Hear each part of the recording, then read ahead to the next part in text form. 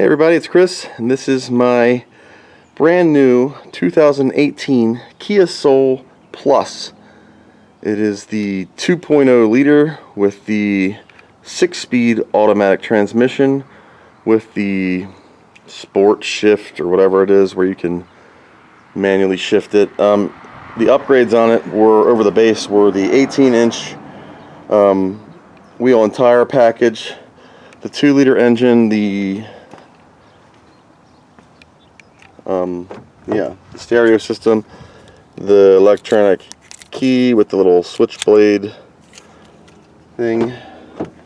Inside, it has power windows, a straw wrapper, power windows, power mirrors, power locks. This right here is a lockout for child-proofing the rear windows. It is 4 seats with actually very ample legroom for an adult or kids. It has a middle cup holder and armrest, or when it's up, there's a third seat, and the seat belts will pop out of this thing for the third seat thing. Here's the click for that side. And of course, shoulder belts, split seat. I don't know where the other one is. The seat folds down on both sides, and it has a trunk, which isn't the largest, but it comes with a really neat little feature. So it's an open hatch. This is a cargo cover, which flips up. So here's your trunk space. It does have a 12-volt power outlet, a small, what is that, like a little cubby, 2 air fresheners, and this package tray thing, which lifts up to reveal a 3 bin cargo cover. And if you remove the cargo cover, it has my tire pump, but it comes with actually a tire inflator. There is no spare tire. You can order one, but it comes with like a tube of tire slime and enough to plug it in here, and a tire jack and all that stuff. But you can pump up your tires or fill them with the tire slime stuff that it has without having a spare, so you don't have the extra weight of carrying a spare. This cargo cover just slaps back on and down it goes, and there you go. You can opt for the power lift rear gate, but I didn't.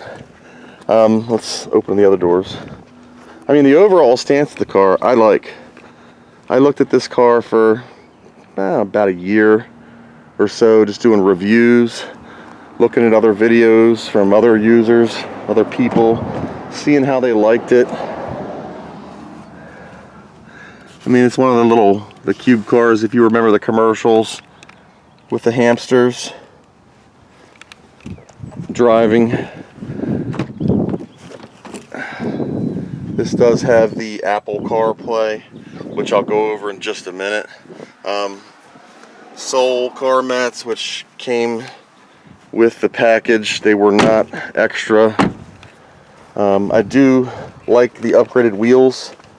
They're 18s, black spoke with a aluminum finish. They're nice and shiny. They're new. They came with good tires. So let's go over the inside here.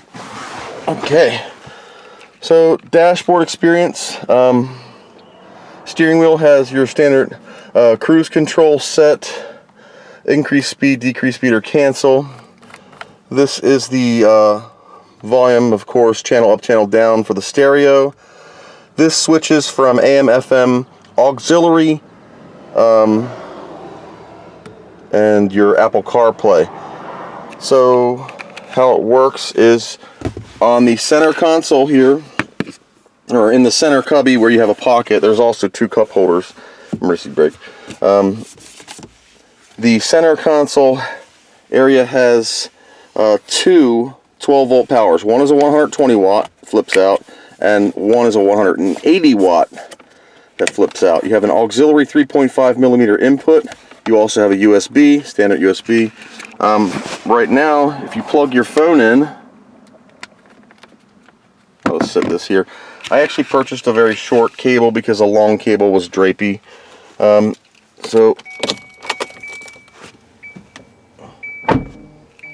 it's equipped with the UVO system, or UVO, I don't know what it's called.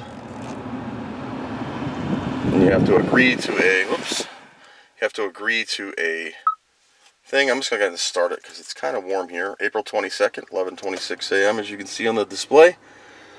So this is the main overall display. You have a 7.5 inch touch screen. You can use the buttons also, so you don't have to touch the screen and get it all crusty.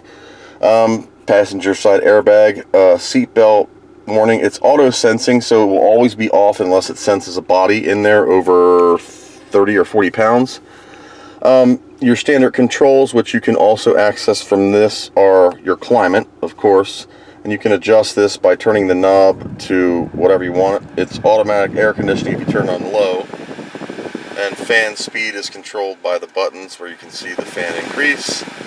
And you can also press the mode to switch between floor, defrost, and the main vent. There is an automatic setting where if you just press auto and turn a desired temperature, it will hold that temperature through fan speed, heat, or air conditioning. I usually just don't use auto. I just turn it on and pick a temperature. I'm actually going to turn it on for me right now because it's warm in here in a black interior car in the sunlight. Now, the navigation system is the hub of this vehicle. It has a pretty good stereo system, and the dashboard is pretty simple. You have a normal temperature gauge, fuel gauge. In the center pod here, you do have, why is that blurry? Oh, you have a standard odometer, which gear you're in. If you are in manual mode, you'll see the 1, 2, and you can only go first and second to start off. Normally you can just leave it in drive, but standard speedometer in miles per hour and kilometers. On the steering wheel, you have the drive mode, tripometer, and reset. That is for these functions here. Drive mode, you can switch between sport, as you can see up here. You can also switch between normal, or if you press it again, economy, which changes the shift points of the car. When you're driving, it'll shift less. With a 6-speed transmission, it does shift an awful lot, especially if you're in economy mode. It wants to be in the lowest gear possible for maximum fuel savings. So I usually just leave it normal or sport if I want to blast around. And if you press the trip meter here, I'm trying to get the glare off. Okay, let me zoom in a little bit. Okay, the trip meter in the center switches what your display is. So you saw I had it on range. I have 141 miles left on that quarter tank of gas. And it's pretty accurate. I've run it down. I've gotten about 360 miles per tank. Right now, I live in Pennsylvania, so we have the highest gas tax in the nation, at 78 cents per gallon. So right now gas is just shy of $3 a gallon. I don't know where you live, but it's probably relatively cheaper. It cost me about $28 to fill up with regular 87 octane, and it lasts about, I don't know, 300 and something miles. I don't know days because I commute. So once again, the trip meter, if you press it, it'll give you your average miles per gallon. I'm at 29 because I did a lot of city driving. I have had it as high as 34 on the highway in cruise control in economy mode. Other than that, it averages between 28 and 31 miles per gallon on this 2-liter. I heard the 1.8 or 1.6 or whatever it is on the base model gets slightly better, and the manual transmission, I don't really know about, but I don't want a manual. I had that in my truck.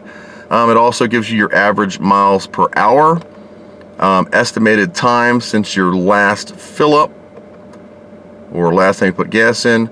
Trip mode A, that's what I usually reset every time I get a tank just to see how much I got. I don't think I filled it up on this run. And trip B, total miles on the vehicle since I bought it. 2 or 3 weeks ago. Yes, it's a lot of miles for 3 weeks. It had 16 when I purchased it, and within the first day it had several hundred, and I commute about 110 miles per day, so I wanted something really good. And normal tachometer. Down here you have a luminescence control, which will control the brightness of your display. On normal time, when you first start your vehicle, the interior dashboard lights and the stereo unit will always be illuminated. Everything at night, all of the buttons light up. Every single thing has luminescence in it. It's really nice. Not the vents. You know, standard. Most of the stuff is all standard off-on adjustable vents. This is the traction control. There is also on the Exclaim models the lane departure warning and the auto braking assist, which you can turn on or off. But I just have the traction control on or off. And if you turn it off, the car does do some pretty significant burnouts in sport mode. This on the steering wheel is for the phone system, and it will read texts back and forth, call, hang up. So if I press this, Siri will come on because I have Apple CarPlay, and I could ask her questions. Now, going over the features of the car here on the stereo, I'm gonna press the radio button and turn this down so you can listen to radio stations by talk. It has XM, different channels. It has the full channel list of XM radio. To add your favorites, you just, you know, tune to the station, push and hold, and it sets it. You can also pause live music. It has a 16 gig storage capacity for the recordable songs, and you can play, or you can just choose play live and it'll skip to the live content. On the media screen, you do have your Apple CarPlay because that's currently what is connected to the USB port. You also have USB music, auxiliary, Bluetooth audio if you pair your phone, integrated Pandora, and your My Music and Android Audio if you have an Android device. You can also use the GPS features of your iPhone for navigation and messages. It will talk text with Siri. There is an integrated microphone here. Lights, of course, ample lighting, hand rest on all 4 corners. It does have pillar post airbags, side impact airbags for the back, side impact airbags for the front, passenger side airbag, driver side airbag, underneath something post pillar, whatever it's called, airbag. So safety wise, hazard lights, pretty basic car stuff, but I really like it a lot. A bunch of stuff. 2-liter, 6-speed, 17-inch wheels, and then there was an upgrade for the 18-inch alloy wheels, leather-wrapped steering wheel and shift knob, and carpeted floor mats. And then dual front airbags, front seat-mounted side curtain airbags, full-length side curtain airbags, anchors and tethers for the latch system for the kids, ABS with traction control, with brake assist. Oh yeah, I forgot about that. Electronic stability control, so it won't roll over. It's really neat. Hill start assist, which is cool. It won't move even if it's in drive. It'll just hold it there. It's kind of cool. Automatic climate control, blah, blah, blah, blah, blah. Bluetooth, Android Audio. You did get Sirius for 3 months free with the purchase of this car, and it's expensive. It has a 10-year, 100,000-mile warranty, 5-year limited basic, and 5-year road assistance. I did increase this to $150,000. So this car's base price was $20,400 with tax, title, destination, doohickey. It was $21,820, and it's a Korean car. And as you can see, it got a 5-star. 5-star for crash ratings, 5-star, 5-star, and rollover was 4. I don't plan to roll it over or crash it, but you never know. It's good to be safe. Annual fuel cost they're estimating is $1,350 based on 15,000 miles per year at an average of $2.40 a gallon. So its ratings are 6 out of 10, and small rating is 7 out of 10, 10 being the best, 10 being the best on both. Here it says the average mile per gallon is 25 and 30 with the average fuel economy combined city highway of 27 miles per gallon. Like I said, I'm steering more on the high end between 27 and 30-ish. It doesn't always stay above 30, but I can average 30 if I stay out of it. Keep the cruise control on 60 to 65, depending on the speed limit. Usually the speed limits here in Pennsylvania are 65. And thoroughly enjoy this car. Let me continue going over the infotainment display. It seems like there's a glare here. I wonder if I can move. Oh, it has a backup camera, which is really nice too. I'm just going to pull this sideways here. Don't hit my truck. How's that? Okay. Oh, it has electric power steering, which is cool. It's not on a belt. So what you can do is this thing will turn lock to lock really easy. Like 3 turns. And when I drive my other cars, it's so tight compared to this one. This one, I mean, I can steer this with my pinky. It's that simple. It is really that simple. So now back to the infotainment system. I did the media. This is the iPhone thing. You can text. It will pop up on the screen. You can either press the button or touch the screen, and it will read the message back to you. I'll go over the Kia functions in a minute, but the iPhone stuff is self-explanatory. It maps to your phone. You can call from the car, send and receive text message. I'm going to press the Kia button, which takes me back to the main display, my Apple CarPlay. You do have all menus here, which shows all the functions of the vehicle, which is radio, Pandora, phone, CarPlay, music, picture, image for backdrops. I haven't done that yet. Auxiliary input, Android Auto. Then you have the UVO services, which replaces the Hyundai style blue something. The quick guide, which is your help and how to set up different things. Climate control, Sirius XM, which I'll cover in a moment. SoundHound, which is self-explanatory. If you don't know the words to a song, touch SoundHound, start singing it. It will go over the internet and get it either via your tethered phone, your wireless hotspot, your house wireless, whatever. Voice commands for voice-issued commands without the iPhone plugged in. You can still do simple things like call John, call the store, give me, something, how's the car running, whatever. And then, of course, a setup for screen menu types and audio display and wireless, voice recognition, your phone. Lots of neat stuff. You can also turn the display totally off and just get the date and a calendar. Sometimes with this, I've noticed on extreme cold days that the stereo will turn itself on. So I always turn my volume down because I'll just be sitting here, and as the car warms up, next thing you know, the radio turns on. So I've gotten in a habit of turning it down. And there are 2 separate volume controls for your Apple CarPlay and your stereo. So onto the the apps function. There's a thing for Sirius XM data, which can give you the weather, and you can do like a 5-day, and it'll tell you what your weather is, and then you can go any warnings or advisories. You can set priorities. You can choose other cities, and then this is my favorite part. You can do fuel prices. You can say what nearby stations are around. The price of gas, as you can see, it's like $2.90 a gallon. You can do cheapest. $2.82 is my cheapest, but it's like 5 miles away, and it's memberships. There's also a roadside assistance and a vehicle diagnostics function. So if you hit vehicle diagnostics, it's going to say, hey, no critical issues found. You can send a report. You can schedule oil changes. All sorts of neat things.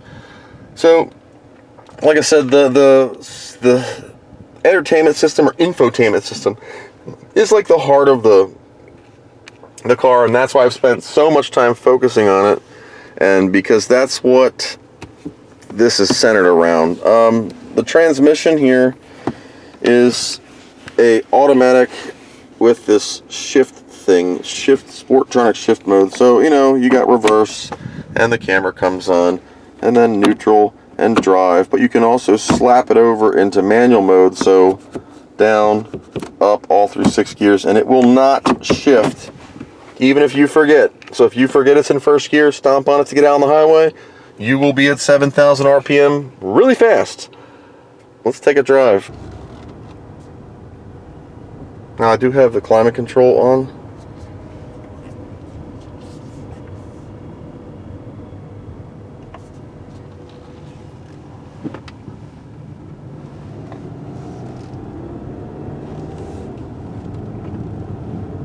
And it is in standard mode, not in economy. Whoops.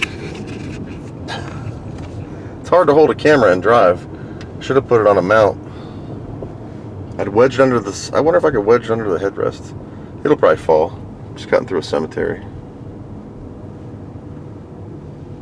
And it has 4-wheel disc brakes, which this thing has one of the best brakes I've ever had. Put it into economy mode to show you how it shifts. I'm just going to go around the block.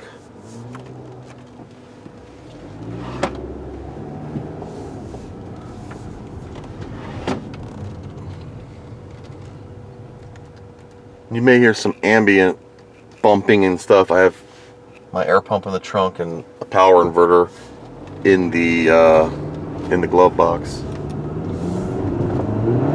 It's economy mode. There's always an old person in front of you when you want to show your car off and he's turning. So that was economy mode, and a little bit of engine noise. I mean, this is listed as an economy car. And this is in standard mode. We are in 5th gear. And at 40 miles an hour, it will shift into 6th. There it goes. So, climate control's off. This is the ambient road noise.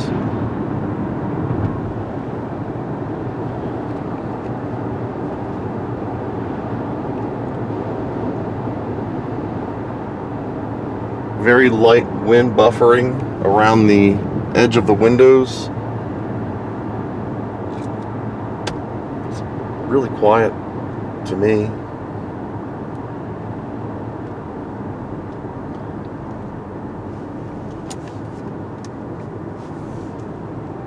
So just downshifted on its own. It's on the hill descent mode. So I'm going to go ahead and turn here.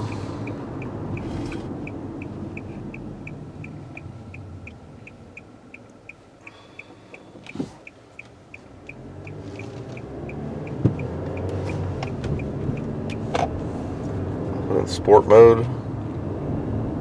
This just will not allow it to shift as frequently, which I like because this 6-speed shifts a tremendous amount. Somebody's old gamer chair sitting out front.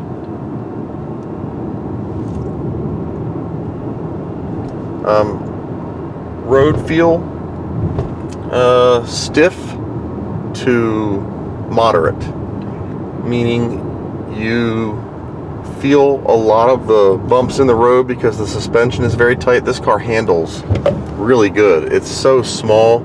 It's kind of like driving a go-kart is what it reminds me of, but coming from driving a truck or the Firebird, or I mean the other car was a Cavalier, a normal compact car. I mean, it's about the same size, but just the way that this car is designed with its suspension.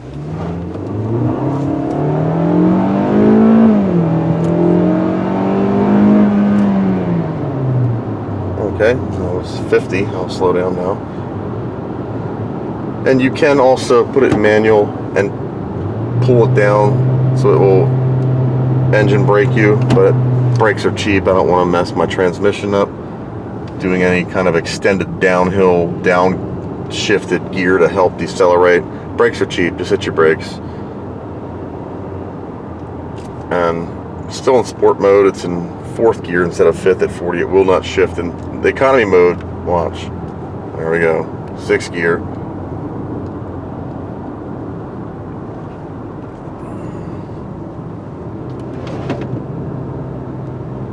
But it handles very well.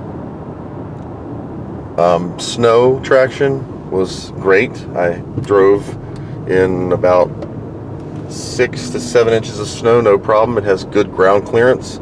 The traction control and stability control keep you kind of moving. Now you can, if you're in manual mode, turn the traction control off, it will spin. You can get stuck, so don't think it's a tank. It's just a front wheel drive car. It weighs about 3,000 some odd pounds, so standard weight for most vehicles today. But I mean, I like it. It's a great purchase, and the warranty is really good, and it's total coverage. The extended I bought for $150 covers every single thing: powertrain, drivetrain, engine, transmission, everything the guy told me except brake pads and windshield wipers, because they're standard consumables, and tires, but you know, your consumable parts. But anything else that goes wrong, it's totally covered. And unfortunately, I will probably hit the mileage before I hit the years because of my commute. The hood is on standard. It's not like a prop rod. It's a standard hood, so it just opens. And this is it. It's a 2.0 liter gas direct injection. Sorry for the brightness. All aluminum and plastic intake manifold, which is crazy. Exhaust manifolds on the back. A 70 amp hour battery, AGMs, massive computer hookup right here. This is the power control module. I don't like how it's in the engine bay. I like them when they're inside because they're better weatherproofed. Relay box and fuses. There's another box of fuses underneath the dashboard. And, you know, coolant, super duper headlights, alternator, washer fluid. This is a washer fluid, coolant, radiator cap, engine oil. This does pop off. You can just grab it and pop off, and there's the actual, what the engine actually looks like. And it looks like the same engine that was in the Hyundai Tiburon to me, but it's direct injection, and I like it.